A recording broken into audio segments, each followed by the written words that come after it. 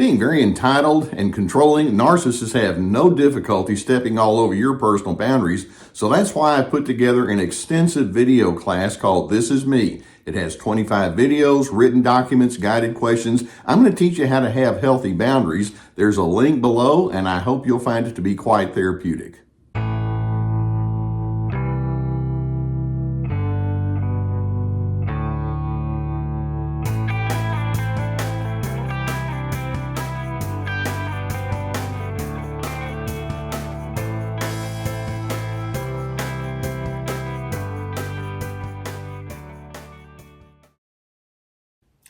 I want to set up our discussion today by giving you a simple little illustration of what might be. Let's suppose that I'm a professor and I step into the classroom one day and I say, we're going to have a pop quiz. And what I'd like to do is I'd like for everybody in here to write down for me the top characteristics that you believe are necessary for a healthy relationship. And so the students sit down and they write down all their responses. And then I get one paper that comes back, and on that person's paper for the pop quiz, they write down, well, these are my top characteristics for a healthy relationship. Number one, I want to be self-centered. And then beyond that, I want to make sure that I receive extra favor from other individuals. Beyond that, I'm going to use people a lot. And then I'm going to portray myself falsely. And while I'm at it, I'm going to disregard other people's feelings and needs and perceptions. And then along the way, I really think that I should be the one that stays in control over other people. And then beyond that, I'm going to give lots of judgment. I'm going to give a lot of criticism. And then beyond that, I'm going to be accountable to no one. And they turn that paper in, and it's like, okay, doctor, there you are. What's the grade? So I grade the paper and I turn it back to that person. And I say, well, you flunked. None of this is part of a healthy relationship. Now, that individual who would be clearly very narcissistic might look back at me and say, I think I should have gotten an A+. Now, I know that's a rather absurd illustration, but I think you can get an idea that that's how they think. If you and I try to sit down and say, let's draw up what is necessary for a healthy relationship, if narcissists could be honest, which is a whole different story that I'm going to get to in just a minute, that's what they would come up with, and we would look at them and say, no, this is a formula for disaster. One of the things that we can say very easily and very clearly is the entire narcissistic pattern of living guarantees friction. It guarantees tension, it guarantees emotional volatility and broken relationships.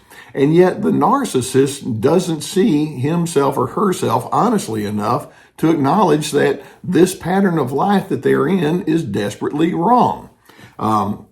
And you can look at them and see, well, they've been the patterns that I just described on that quiz that person would the answers that person would give me. The patterns are so deeply embedded that they have they have given and they have received mismanaged treatment towards other individuals for years and years and even decades. So narcissists wind up being convinced, well, actually, I'm the standard bearer. You're the problematic person, and that's insane. So based on what I'm saying here, you can see that it's just an inevitability. When you're with a strongly narcissistic person, there will be self-destruction. They can't manage their relationships well. Now, they can still perform tasks and functions, for example, at their work or in their social life, or they can do things around the house that need to get done, perhaps. And so they look at that and they say, well, see, I'm succeeding quite well. And they look only at certain measurables, but along the way, they forget, and there's a lot of broken relationships and you have a whole lot of emotional strain and tension. And they say, well, that doesn't count. Now, having said all this, let's realize that narcissists live with what we refer to as cognitive dissonance.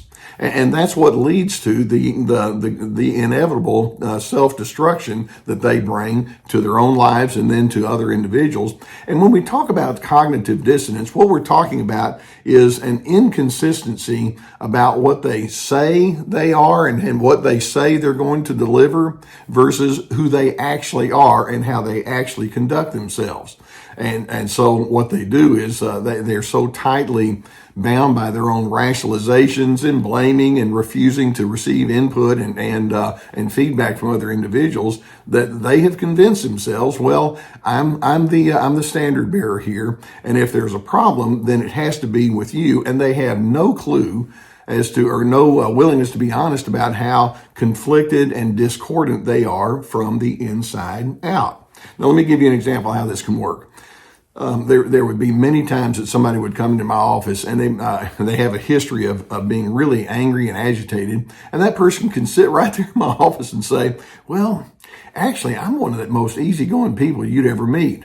And it's like, well, let's bring in a whole list of witnesses over here and see if they'd say the same thing. Or it might be that somebody is impossibly critical, or they're easily judgmental, and then they would say to me, well, I do really prioritize good friendships and collaboration. I think we need to be that kind of a person. And yet, in real life, it's not that way at all. Or it may be that this is an individual who cannot or will not accept differences or uniquenesses in other individuals. And yet they can sit there in my office and say something like, well, I really like offering affirmation to people. I think we just need to be good to other individuals. And the more you know them, it's like, wow, there's such that's why I say a dissonance between what they say and who they actually are. Now, along the way, these individuals, when they do come along and have their strange intentions with people, what they'll do is they'll blame, and then they'll become angrily controlling toward you, insisting, well, the reason we're having a problem is because you didn't get with my program. And so despite what you think you see in me that might be wrong, actually the problem is you. That's what I mean when I say they will inevitably self-destruct, and that's why they have such a long trail of relationships that just don't work out. Now, what I want us to see here is behind the scenes, as they carry this internal dissonance, there are patterns that they inevitably will live by, and I'm going to highlight 6 of them, and then we're going to see what we can figure out is going to be your way of response to this. So let's look at some of the patterns that go along with this self-destructive ending in relationships that are part of their cognitive dissonance. Now, pattern number 1 is they maintain a very strong agenda for other individuals. These individuals who think way too highly of themselves will come toward you saying, well, the good news is I have a really good way for you to manage your life. Let me tell you what it needs to be. And so they can be very directive in telling you how you're supposed to think and feel and what your priorities ought to be and how you're supposed to interpret life. Number 2, they also have a pattern of being unable to honestly assess how unreasonable they are or how distorted they are. Narcissists are famously known for having poor insight capability. They don't have a good grasp on who they are and how difficult they can be. Somehow, they no matter what the evidence illustrates, they have a way of a knack for saying, no, it's not me. I've got some pretty good skills. You just don't see it correctly. Pattern number 3 is that along the way, they have become deeply committed to phoniness. And when I say phoniness, they hide a whole lot about who they are. They're very different publicly from who they are privately. They just don't want individuals to see it. And so that's that false self that we've talked about so many different times. Pattern number 4 is these narcissistic individuals find themselves attracted primarily to those who are going to offer major admiration toward them and become an enabler. And this means if you're a non-enabling person, then you're going to be considered their enemy, and that's why it's going to fall apart with you. Pattern number 5 is that they just simply dismiss any evidence that says that they are different from what they portray themselves to be. It's like, well, you got your facts wrong, or you just didn't see it right, or you're not interpreting it correctly, or you're seeing it out of context, and you're saying, no, here it is right here. Here's what you did. Nope, that's not what happened. And so they'll just dismiss evidence that's just glaringly obvious. And then pattern number 6 is they have a very easy tendency to angrily fend off anyone who tries to call them into question. And you're going to get the wrath, and you're going to get a lot of contempt and bitterness and grudge holding when you say, no, this is not right. And it's like, no, you can't break my way of thinking. And so you become the problem. So in the end, this becomes the perfect formula, not for a successful relationship, but it becomes the perfect formula for collapse. And that's what tends to happen. As every year passes, they remain committed to their pattern of life. Now, again, they won't say it quite like I did with that quiz, but they stay committed to their own stubbornness, and they stay committed to their own justification and rationalization process. So as you engage with these individuals, understand that they're going to want to try to make you be the problem. When you don't go along with it, that's when they're going to toss you aside. But I hope you can understand you're dealing with a very troubled kind of an individual. Don't beat yourself up if you feel like, well, I should have known better. These individuals, by definition, are con artists, and so sometimes you don't see what you don't see until you're deeper into it. As you notice their cognitive dissonance and the disconnect between who they are and how they portray themselves versus who they are, I'm hoping you can decide, well, I want to go with the opposite of that. I want to go with authenticity, which means I'm going to be internally and externally consistent. And then, as you see this, I hope that rather than you just criticizing and pointing the finger of shame at them, you can say, this is all the more the reason that I want to be committed to a healthy way of life. I'm going to see what they can't see, and then I'm going to dedicate myself to the much cleaner alternative. I'm going to get an A on that quiz.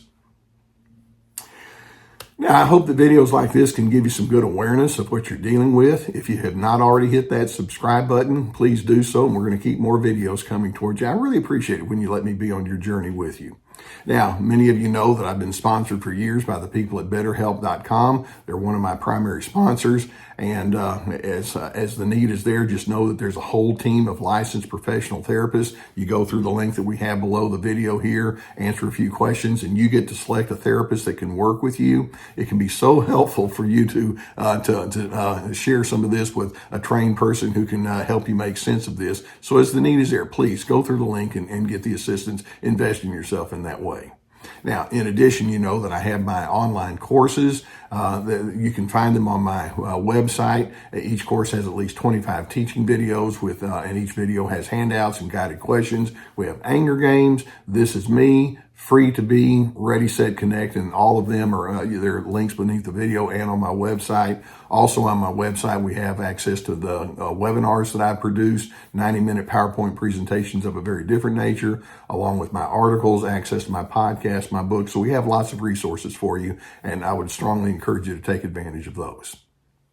So narcissists will think, well, I'm the standard bearer. Lucky you, you've got me to tell you how to live. When in fact, no, all you're doing is you're guaranteeing the destruction and the collapse of a relationship. They don't get it, but you can see it, and I'm hoping you're going to commit yourself, like I say, to the cleaner alternative. And as you do, I'm hoping you can see it positions you to have an emotional steadiness that they can't have. And then as you continue to go in that direction, it allows you to become more and more of a person who's able to find your own internal peace.